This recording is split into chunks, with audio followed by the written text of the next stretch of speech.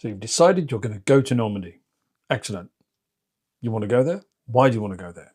Have you imagined yourself standing on one of the beaches that you've seen in the films, seen in documentaries, read about? Was a family member there? Are you looking for history of this and following it through? Are you going to go to the cemeteries? Are you going to visit a member of your family that is resting in one of the many cemeteries that they have in Normandy? There's so much to do there. I mean, wine, cheese, cider, history, everything. It is a perfect mix. But you need to get there.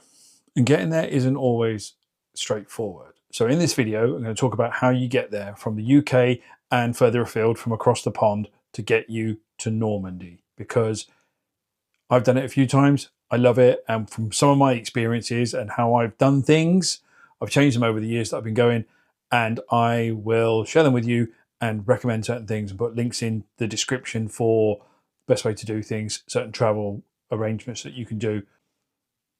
Okay, stick with me, stick to the end of the video, and let's start organizing and planning and putting things in place for you to be able to get yourself and anybody else with you to Normandy and have a truly wonderful time. So first things first, where is Normandy? Normandy is located on the northwestern part of the French coastline, just across the English Channel from southern England. The main D-Day sites are spread across approximately 50 miles of coastline between Utah Beach to the west and Sword Beach to the east. So there's a lot of ground to cover when you get there. The most popular bases for visitors are Bayeux, Caen, Carentan and Sainte-Mère-Église. But that doesn't necessarily mean you have to stay there. There are some truly beautiful places that are just off the beaten track, and they are wonderful. And they're great locations if you want to get the complete Normandy experience, because there's things that you'll find just near your hotels or your Airbnb or wherever you're going to stay. So if you're coming across the pond, best bet is to fly direct into Paris and then make your onward journey plans from there. But for us Brits, us that live in the UK, we're really quite fortunate because to get across to France isn't that difficult. But one of the easiest ways to do it is from Portsmouth directly to Ouistreham near Caen, which is a wonderful place because it's right at the edge, the eastern edge of Sword Beach, and you can get straight in. And when you land, you can roll off the ferry, go through passport control, and within 10-15 minutes you can be at Pegasus Bridge, head over towards the Maisy Battery. There's so much to see coming across by the ferry. It's great. It takes about 6 hours, and you get plenty of rest on that, so that you simply get on and you can go travel overnight, which is one of the things I prefer doing, traveling over there overnight, so you get a bit of a sleep before you get there. Then as soon as you get off the ferry, you're out on the ground. You can move wherever you want. You can just get out and about. From Ouistreham, from the ferry port, you can get to Pegasus Bridge so quickly. You can get further in if you want to go to Sainte-Mère-Église, if you want to go to the far end, if you want to go to Utah Beach as well. The roads are great. There's no tolls in that Normandy area, which is another great thing, particularly if you're driving on your own and you're in a right-hand drive car because you're from the UK. It makes life a little bit easier. But yeah, do that. It works really, really well. Get on the ferry and you'll meet loads of other people that are going that way as well.